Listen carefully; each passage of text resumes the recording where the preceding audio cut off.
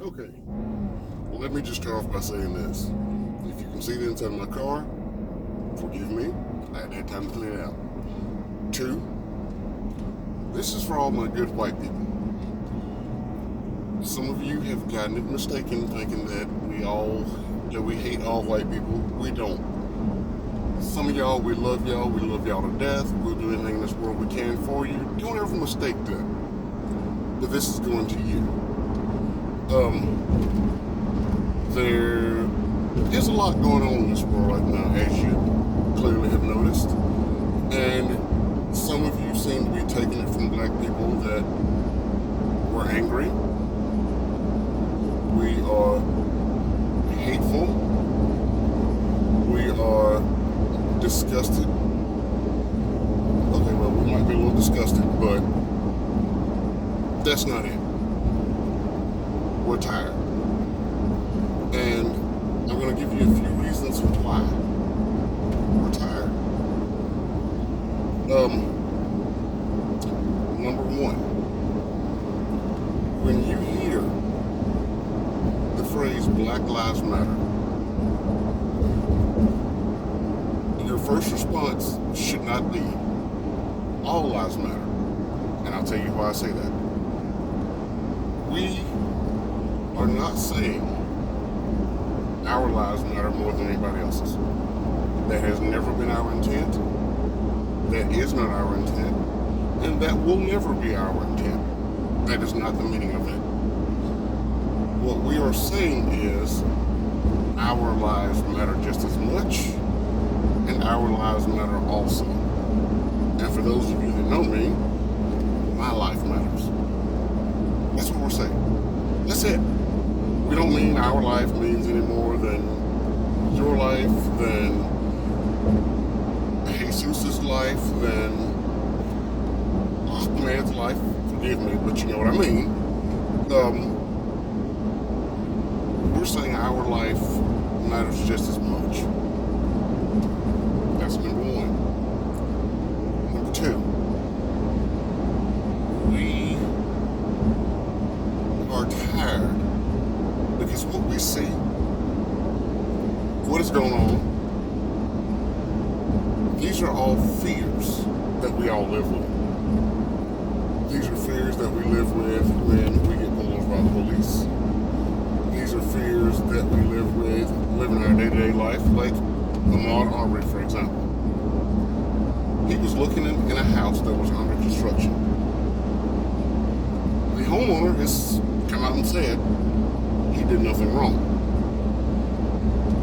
That could have very easily been me, because we've bought two brand new houses, one in 2004 and one in 2015. I went to both of those houses multiple times while they were being built under construction to look at those houses, to see what would be my investment as it came together, to see how I could picture my life, my stuff, my family in that space. So that could have very easily been me.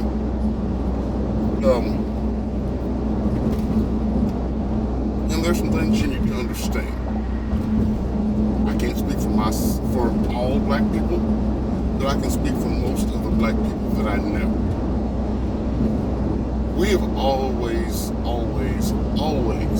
been taught that when we get pulled over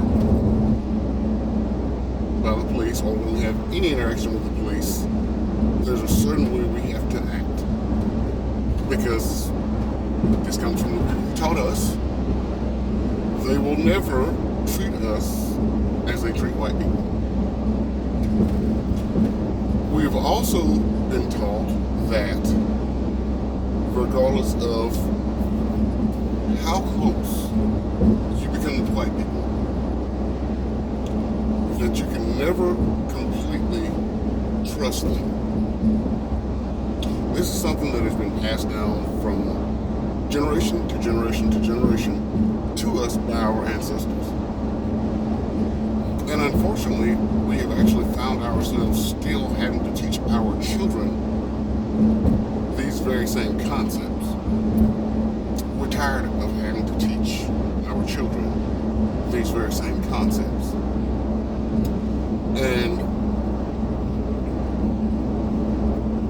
to the good white people, you know who you are. I'm not going to call any names. I could, because some of you have always been nothing but loving, kind, and generous to me. I think the world of you. Nothing will ever change that. But what I'm about to say, don't take it to heart. There are things that show us, as black people, daily, or that remind us, I should say, that some of that teaching, we still need to remember. Like, there have been white people who I thought were friends. I thought they loved me as a brother. But when I mentioned the stuff I went through, my experiences, my realities, my fears, they tried to discount it and tell me that you've never been oppressed, you've never been through that, you never felt any of that.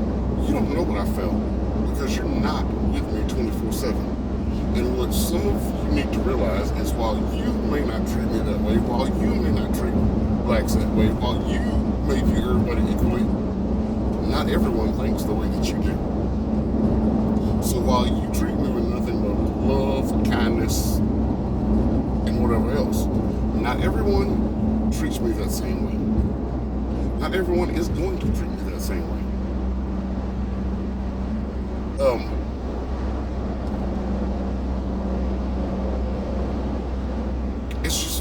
It is what it is.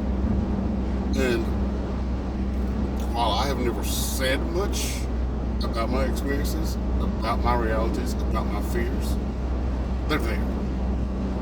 So, for someone to discount it, for someone to try to discredit it, it makes me mad. I'll be the first to admit that. There are times where it has made me extremely angry.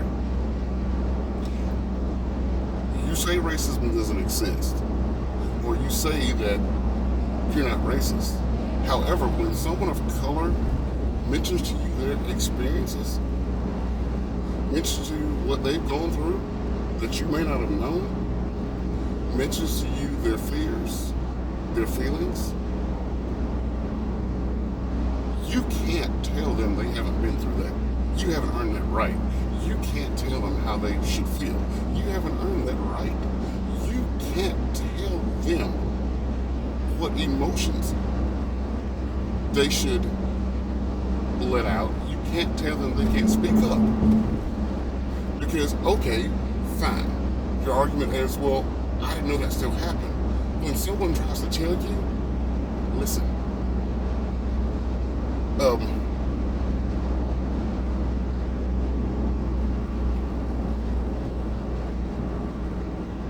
so I guess, again, what you're hearing from us is not hate. It's not anger. We're tired. We're tired of having to explain a situation. Just because you don't see that situation as racist, that's not how we take it. Just because you don't understand how what you said was offensive, when someone tries to explain it to you, listen. I'm going to give you an example. This is something that I have never said, or, there's only a few people that know about this situation, because I never say anything about it. I let it go. Because the person who did it was either in his late 70s or early 80s. I understand he was raised at a time where he may have felt like, blacks were inferior to whites. But here's the situation. I go in, and this goes back to 2015 or 16. I was still with UPS. I was making a delivery. I go in, and said older gentleman starts poking me in my chest. My nephew's your boss. My nephew tells you what to do. My nephew is over you. You have to do what he says. That's my nephew. My nephew is your manager. And I was on the phone with some people who tried to discredit it as not being racist. Maybe he didn't mean it that way. Well, you gotta understand, he was just raised at a different time. That still doesn't make it okay. I knew it was racist because there was 5 other white people in this stop or at that delivery location who had a horrified look on their face like, oh my God. One, their look said it all. Their look said, I can't believe this is happening. Their look said, oh Lord, how's he gonna react? Their look said, he better not do the wrong thing because this is an old man and we're going to take up for him. It happened again at another business about 2 weeks later. On the phone with those same people who once again tried to discredit the fact that it was racist.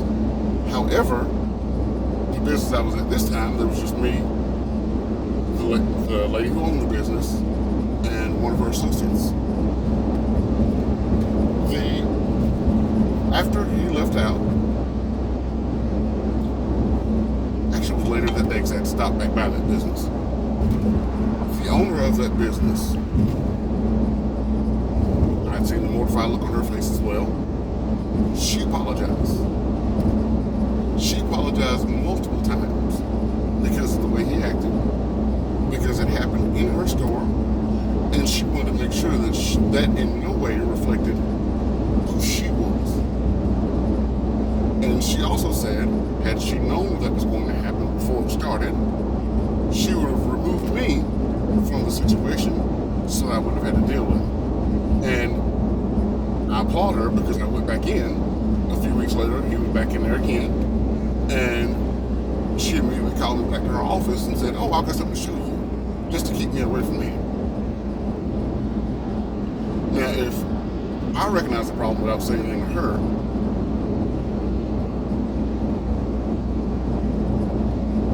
why wouldn't somebody else recognize the problem instead of trying to discount what I said? Because these same people have also delivered in this town, and this same person still lives in that town, and it's never happened to them.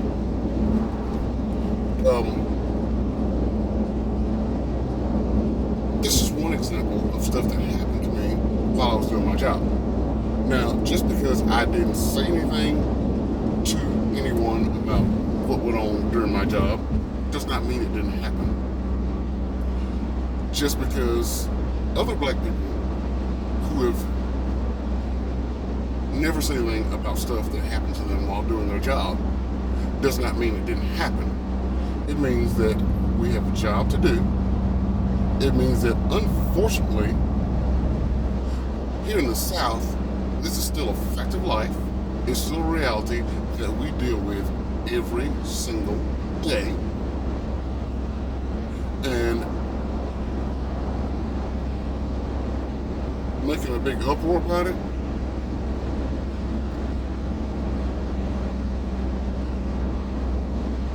we didn't feel like anything was going to be done. Because oddly enough, I love my coworkers at UPS. I loved most of the people on the different routes I've done at UPS. I met some wonderful people while doing that job. But let's be perfectly honest. Something like that, UPS would try to brush under the rug because they don't want the negative publicity. They don't want that being associated with their company. And there are times, like it or not, UPS still very much operates on the good old boy system. So, in our eyes, we don't feel that nothing's going to be done. We have bills to pay. We have families to support. And there are things in life that UPS affords us the ability to do. So, we We shut our mouths, we kept it moving, and we went home and came back to work another day. But, again, I'm not saying we hate white people. None of us are really as bitter and angry as you may think we are. We're tired. We're tired of the fact that, whether you like it or not, what's going on is a very real fear for all of us. Again, I'm sorry. I shouldn't say all of us. I should say a lot of us, because I can't speak for all black people. I can only speak for the several hundred to maybe a few thousand that I know. So, again, I don't know how else I can put it other than to say, we're not angry. We're not trying to be hateful. We get that not all white people are racist. We get that not all white people feel the same way. But we also realize, and something we need for you to realize, because we're tired of explaining this, we're going to need for you to speak up. Those of you who aren't racist, we're going to need for you to speak up out of our presence, just like you do in our presence. We're going to need for you to be the brother and sister to us that you say you are. We need help in this fight, because just like you say, not all of you are racist, and we get that. We need for you to realize we need your help. We can't do this alone. We need for you to love us to our face and behind our backs like you say you do. We need for you to be the brother and sister to us that you say you are. We also need for you to quit saying you don't see color, to quit saying you're colorblind. We need for you to see our color. We need for you to acknowledge that while you may not treat us any different than anybody else, not everybody's like you. We need to know that while you have never been through the stuff we have been through, we need for you to know that and understand that it does happen. You can't understand what we go through. You never will. But you can understand that it does happen. I'm sorry this is long, but the past few days have been weighing heavy on me. And as a matter of fact, I'm going to give you one more example as to what I mean when I say, or as to what I'm talking about. Talking to a really good friend of mine yesterday, another black guy. He recently bought a house. The day he signed the papers on his house, the day he got the keys to his house, the day he paid the down payment on his house, he and his wife went to their new house.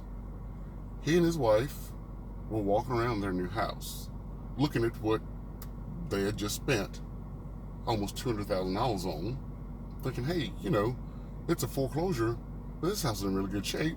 We got a steal. We're going to like it here. He and his wife go inside their new house.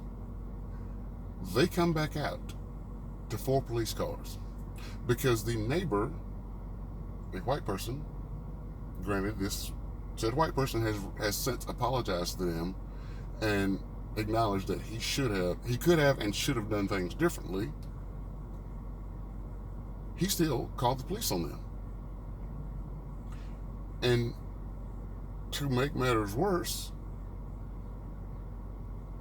the police get there, and not only did they have to, it wasn't enough that they show the police that, hey, we have keys to this house. This is our new house. We just bought this today.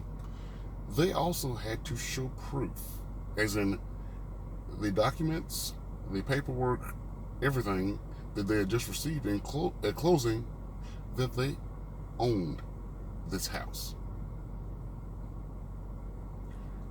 Now, that being said, many of you know I'm married to somebody white. I have been with the better half of my life for almost 17 years. December 1st will make 17 years. We own property on Lake Hartwell. There was an old man that pulled up when we first started doing construction on the house we're building and said, "Hey, what are y'all doing here? I know the owners." My better half was like, "Yeah, you do know you don't know the owners that well, but you do know the owners because you've met me once before."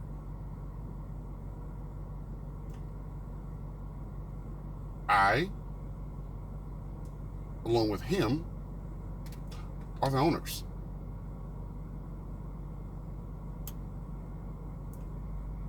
Are you seeing the difference there?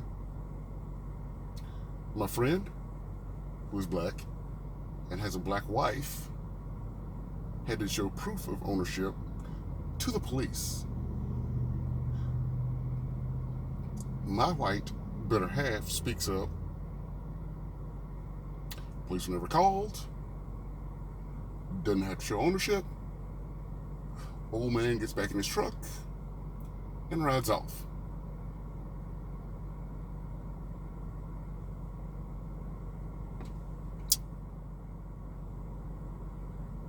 We have a motorhome that just happens to be a bus, or is built off of a bus.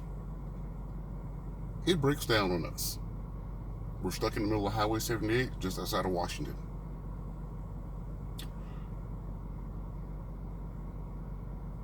It is assumed that I am the hired, and it was even asked of me, but it was assumed that I was the hired driver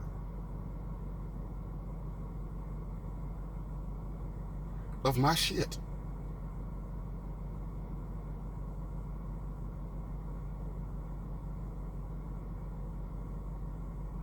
So you don't think a black man can own this?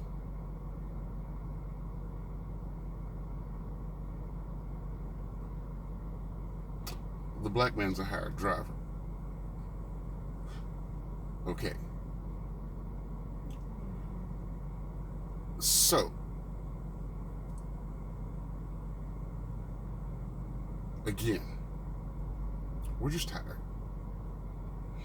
I shouldn't have to explain that, you know what, we've done really well in our 16 and a half, almost 17 years.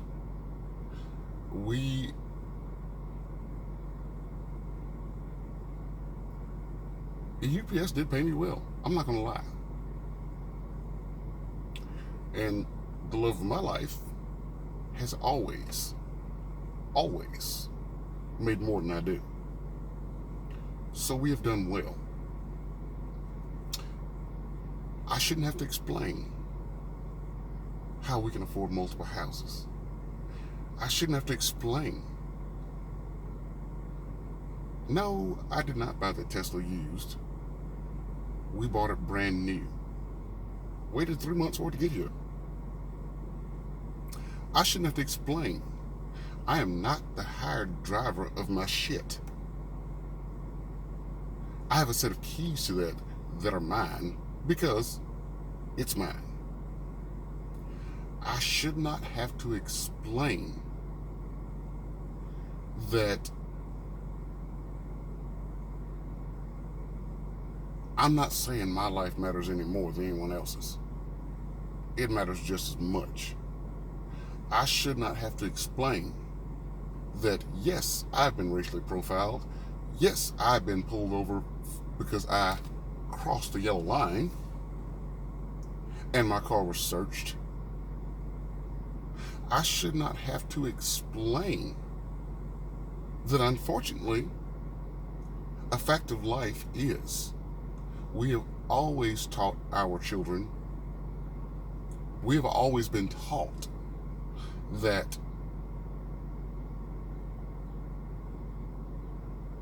you can never completely trust white people. That is not something I'm proud of. That makes me sad. That in this day and age, we still say that. Because for some reason, it's always lingering in the back of our mind. When are we going to get disappointed by the same white people who say they love us like brothers and sisters?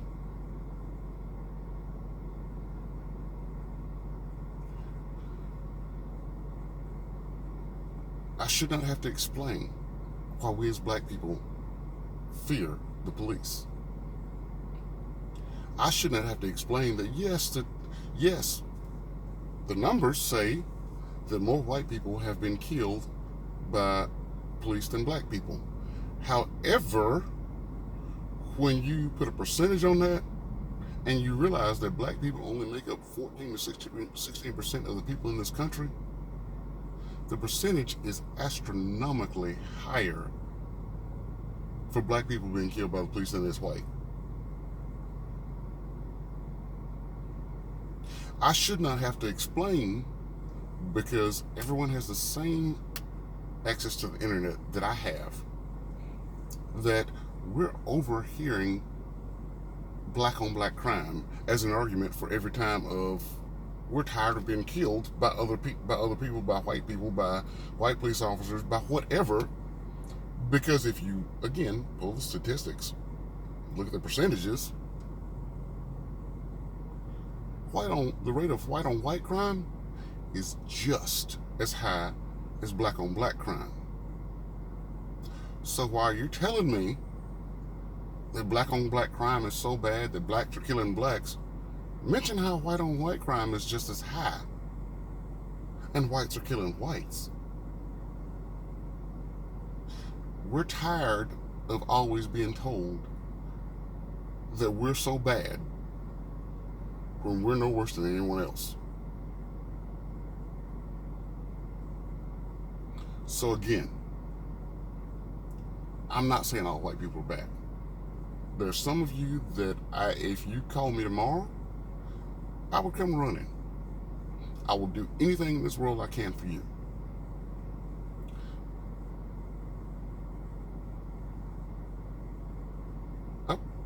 And you know what? I have one other point, but I'll do another video next weekend to touch on that point. Back to what I was saying. We are tired of people not understanding that whether you like it or not, these are very real fears for us. These are our life experiences. These are our realities.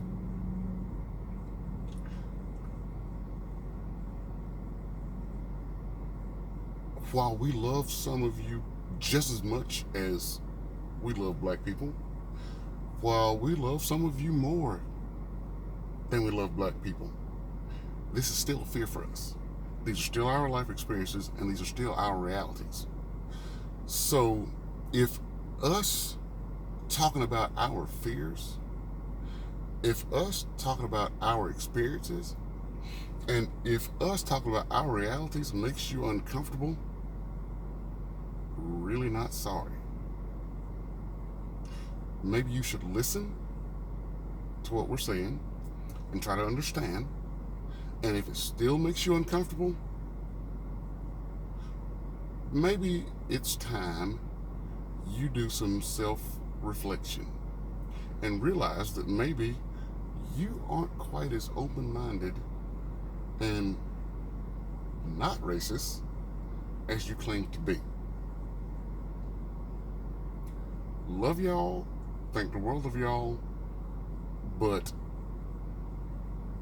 we're tired.